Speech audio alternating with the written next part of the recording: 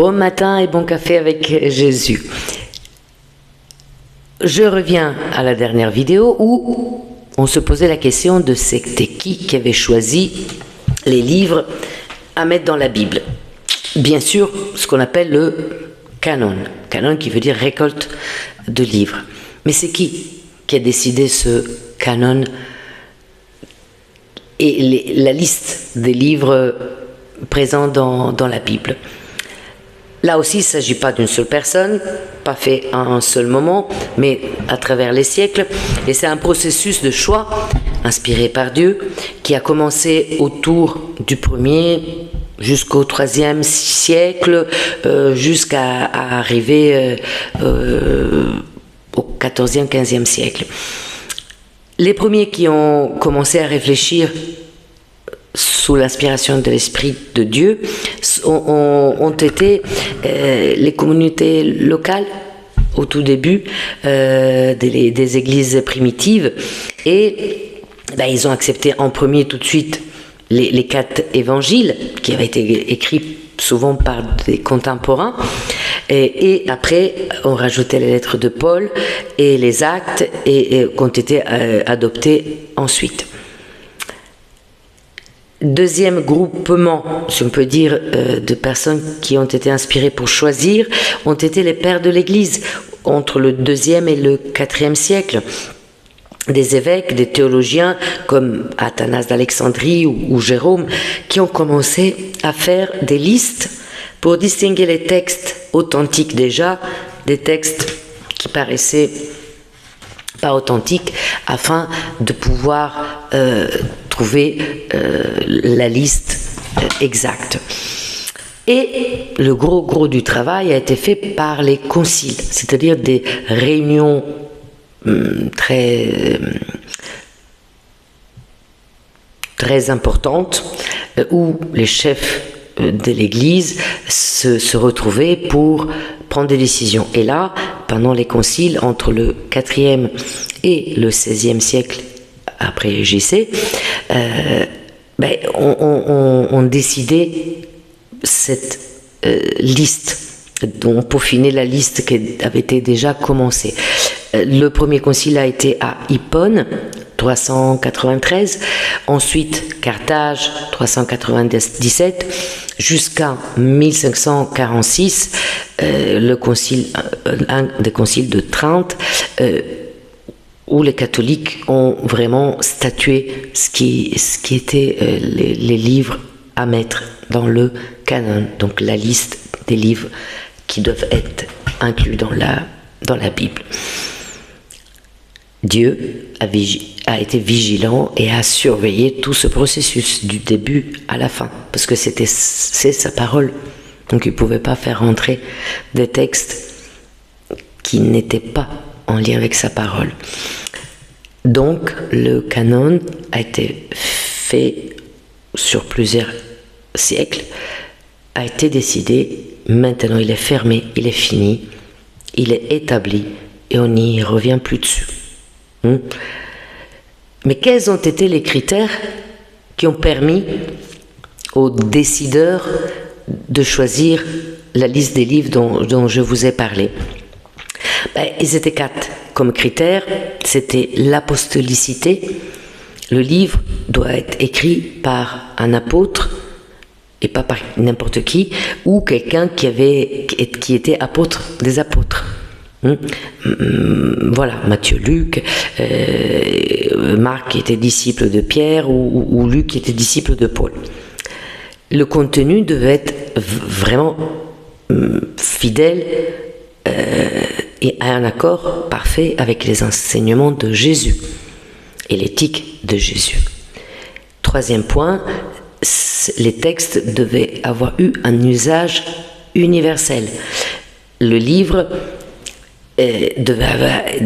les livres qu'on va inclure devaient être lus et utilisés dans plusieurs églises, que ce soit à Rome, Alexandrie, Jérusalem ou Antioche, et depuis très longtemps. 4e critère, la date de rédaction d'écriture du texte.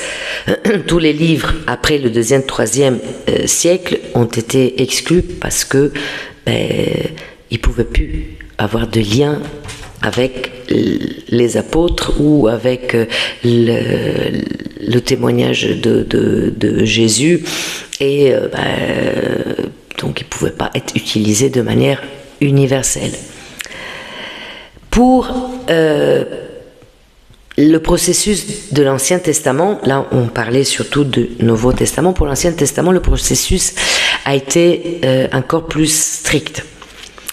Toujours 4 critères: la langue, l'hébreu, l'ancienneté et la période prophétique de l'époque de Moïse, 1200 avant Jésus-Christ, jusqu'au temps d'Esdras et de Malachie, 400 avant Jésus-Christ, l'attribution à une figure clé de l'histoire d'Israël, inspirée par Dieu directement, Moïse, le roi David, Salomon, etc.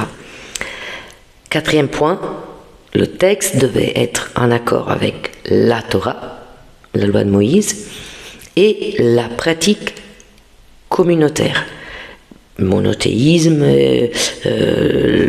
se réunir publiquement et doit être lu publiquement dans les synagogues.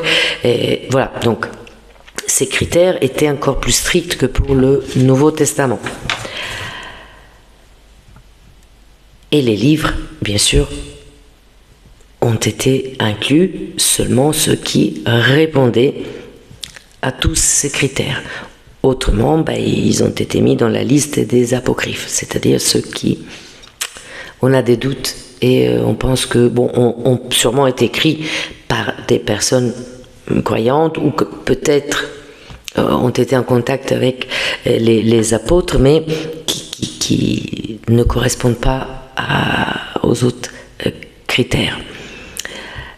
Pas mal d'écrits de l'Ancien Testament ont été découverts il y a très longtemps, en 1947, à Qumran, et je vous conseille vivement de lire les documents ou de regarder les documentaires, surtout ceux de Michel Langlois, et pour comprendre que plusieurs livres de l'Ancien Testament, dont Ésaïe, existent vraiment et qui sont les plus lointains au niveau de datation.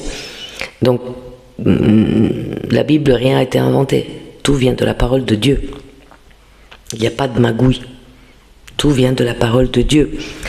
Donc, il y a pas mal de vidéos des travaux archéologiques menés par Michel Langlois. C'est très très intéressant et c'est passionnant. Si vous avez envie de lire, il y a plein de textes sur les rouleaux de la mer morte ou les rouleaux de Qumran.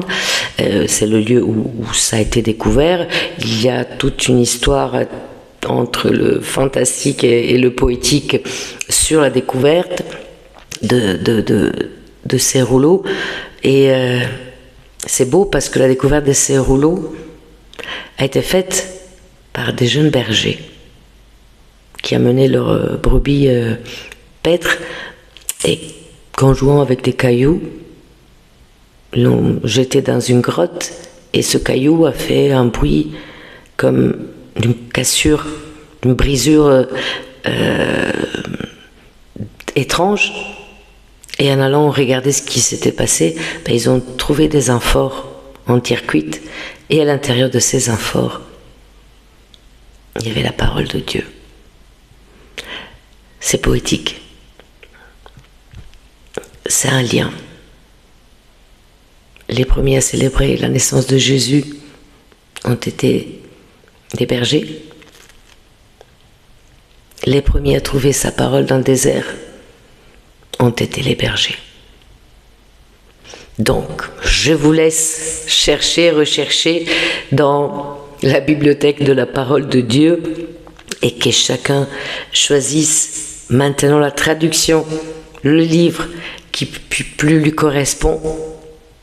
Et je vous invite à lire, parce que dans la parole de Dieu, chaque jour, on découvre de la joie, du bonheur, et de la sérénité qu'aucun autre livre pourra vous donner jamais.